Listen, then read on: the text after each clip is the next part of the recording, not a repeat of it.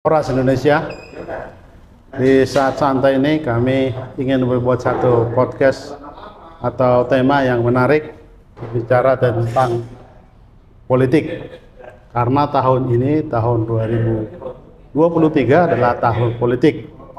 Di tahun 2024 nanti kita akan menggelar satu hajatan besar, pesta demokrasi. Maka di tahun-tahun ini kasat kusut semua sosok-sosok yang ingin duduk di legislatif, bahkan mungkin mencalonkan diri menjadi kepala daerah, sudah menunjukkan siapa dirinya dan mempromosikan siapa dirinya. Saya kira menarik untuk dibicarakan dalam konteksnya sebagai umat Tuhan. Orang-orang Batak saya kira sangat banyak bergelut di bidang politik. Tapi tahukah saudara kenapa video ini sampai dibuat?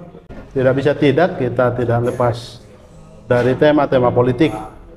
Kami sebagai jurnalis, lalu kemudian jadi penulis buku dan aktif mengelola penerbit, kami juga menetapkan dan meneguhkan diri belajar bagaimana tentang politik. Bukan politisi atau berpolitik praktis atau ada di satu partai.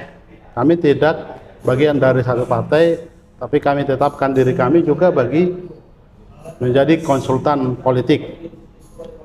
Kami tidak ujuk-ujuk menjadi konsultan politik karena memang kami berjejak, berrelasi dan berdiskusi dengan tokoh-tokoh yang sudah lama di bidang konsultasi. Memang mereka punya jejak di situ. Dan saya bagian dari beberapa komunitas dan tokoh-tokoh yang berada dalam diskusi-diskusi, bahkan mengkonsultani para calon-calon pemimpin, termasuk legislatif dan kepala daerah. Sebagai konsultan yang masih belia di bidang politik, saya kira saya pribadi perlu menyampaikan barangkali para politisi yang bertarung di tahun politik ini ingin menduduki satu jabatan publik, jadi legislatif kah, jadi kepala daerah kah, perlu mengukur diri, perlu menjaga marwah diri, siapa diri, dan pengenalan diri. Itu sebabnya jejak rekam itu, termasuk jejak digital itu penting untuk membangun narasi siapa dirinya.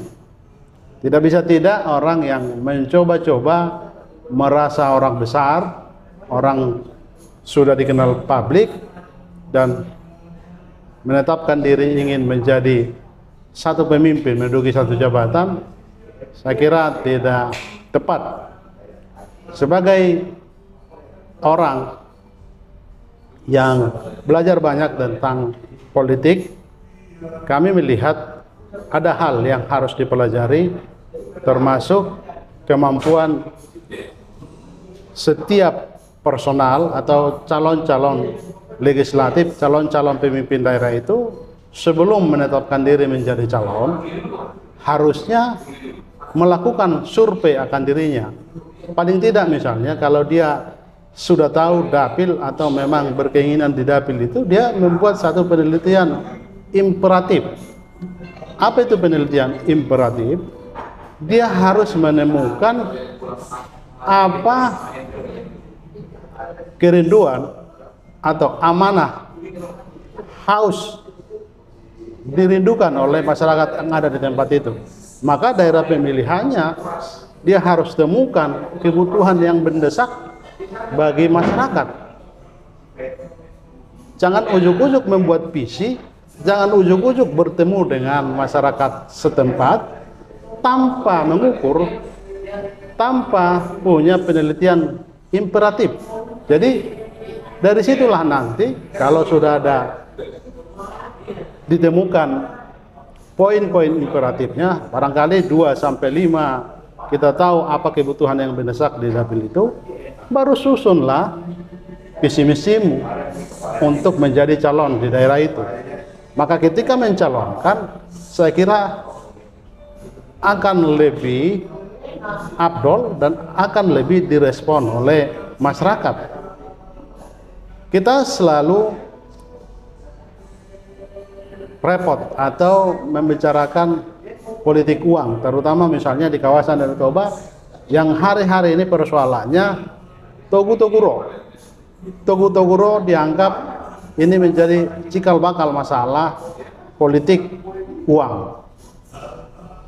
Konon ada satu pemilihan kepala daerah di satu daerah, saya tidak sebutkan daerah itu di mana, tapi di kawasan Danau Toba, ketika selesai pemilu atau pemilihan kepala daerah itu, mereka harus membawa perkara pemilihan ini ke Mahkamah Konstitusi, dan ketika di sidang Mahkamah Konstitusi itu, ya pengacara dari yang menang di pilkada itu menyebut Toguro itu kebudayaan kami.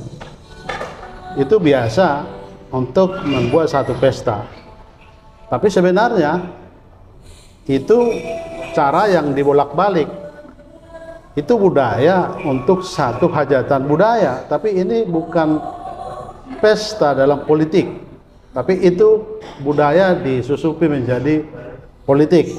Kita tidak membahas itu, tapi paling tidak itu yang terjadi, bahwa kalau kita tidak melek politik, sesungguhnya juga calon-calon yang ingin menjadi pimpinan daerah di daerah pemilihan itu tidak mengerti apa imperatifnya, apa kebutuhan yang diharapkan dari masyarakat setempat itu. Jika itu ditemukan, dia, saya kira pasti terpilih. Kita bukan politisi, tapi secara teori kita pelajari. Maka pertanyaannya, apakah Anda berani bicara begitu karena Anda politisi? Tidak. Semacam, apakah karena seorang dokter kandungan bisa melahirkan, dia tahu proses kandungan? Karena secara teori kita pelajari, kita membaca buku-bukunya, kita diskusi dengan orang-orang yang terjun, konsultan, banyak pemimpin yang berhasil mereka lahirkan. Saya banyak belajar, maka saya mendegungkan diri, saya seorang konsultan, ya mungkin ya tidak dikenal, tapi saya kira saya harus degungkan, saya banyak mengerti. Inilah persoalan kita. Kita tidak menemukan imperatif apa yang dibutuhkan. Imperatif itu penelitian. Maka sekarang basisnya data. Kalau Anda tidak punya data, apa yang Anda suarakan, visi apa yang Anda bicarakan di satu daerah, kalau penelitian Anda tentang imperatif itu tidak ada, saya kira itu yang saya bincangkan. Saya Hotman Jonathan Marbul Numan Gaol, nama pena Hojot Marluga, wakil pimpinan redaksi majalah Horas Indonesia dan pengelola Suara Tapian ini, berbincang menyampaikan pikiran tentang imperatif di politik. Terima kasih.